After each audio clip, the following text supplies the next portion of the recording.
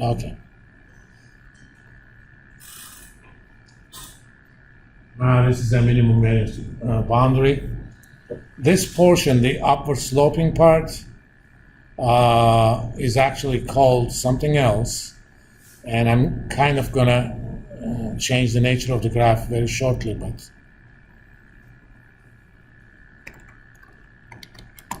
upward sloping parts of the NVB is a special name. It is called the efficient frontier.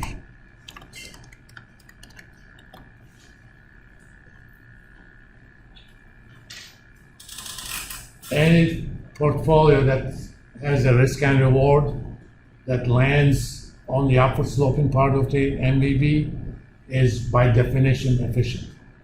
Because anything to the left is infeasible. Anything to the right is inefficient. So moving from that portfolio only results in infeasible and inefficient portfolios. So that means there exists no feasible portfolios that dominates any portfolio on the efficient frontier. I'm gonna kind of do a little trick. That was at 5.5, right? 5.5 is on line 20. What I'm gonna do,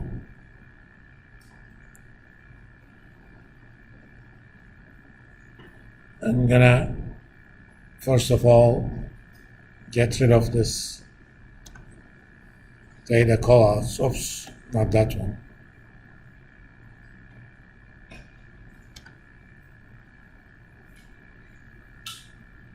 First, I'm gonna chart this until only 20.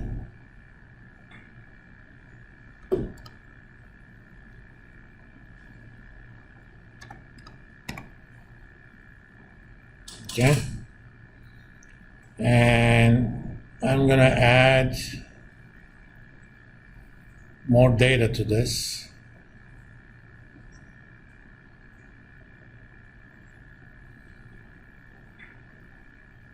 I'm gonna call this inefficient.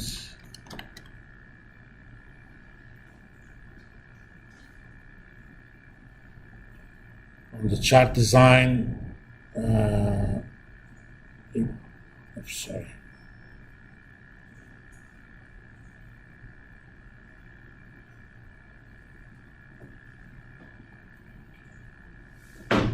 Select data, and we're going to add more data. The series name is efficient. X values are, let me see, starting here, and Y values are, come on.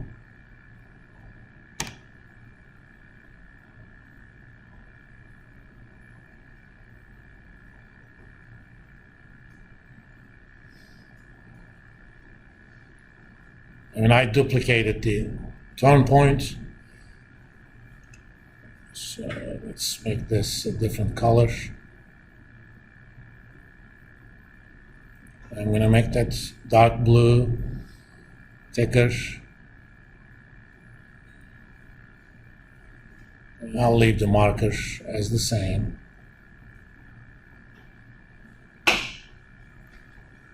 Maybe change the marker color. Something like that. And I'm gonna add chart element. Let's see, legend. Put it to the bottom.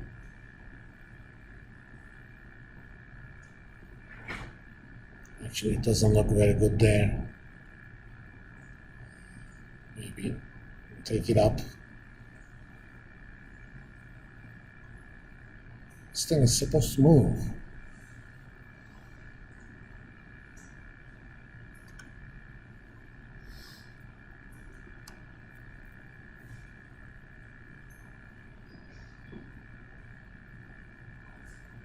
Come on. You can move these things.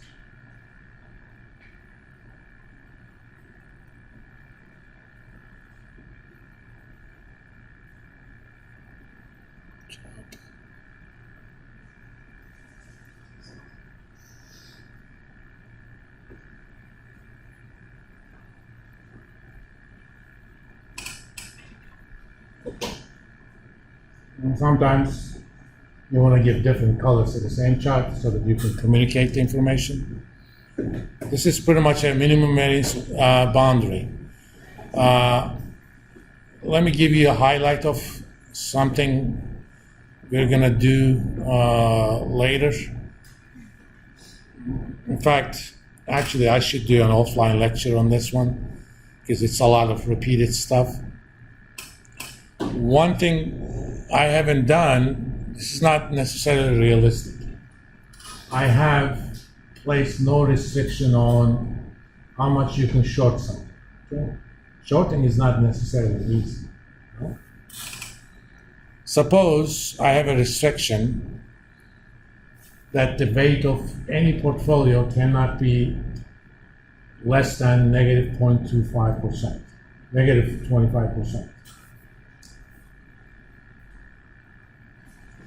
So let's do this. Min weight, minimum of,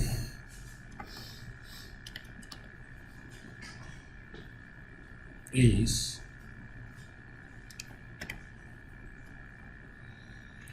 so when I do this, I don't want any stock to be shorted more than a quarter of the portfolio. So all I have to do is go to my, let's do restricted shorts. Let's just do 0 first.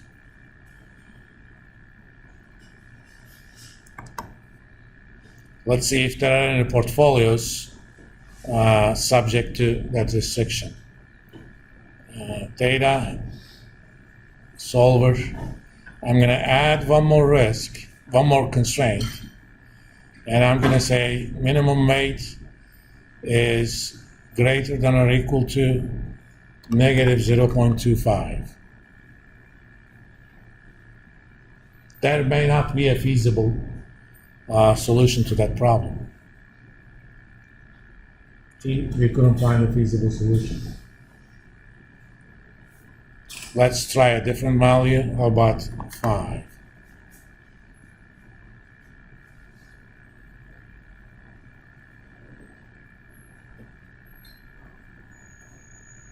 Okay, there is a solution for that. And if you look at it, it's pretty much the same for this one. Let me try one more.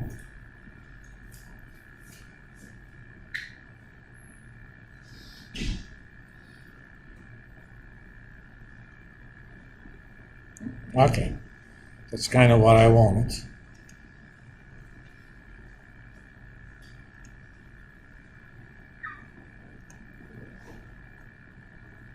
No, that's what I wanted.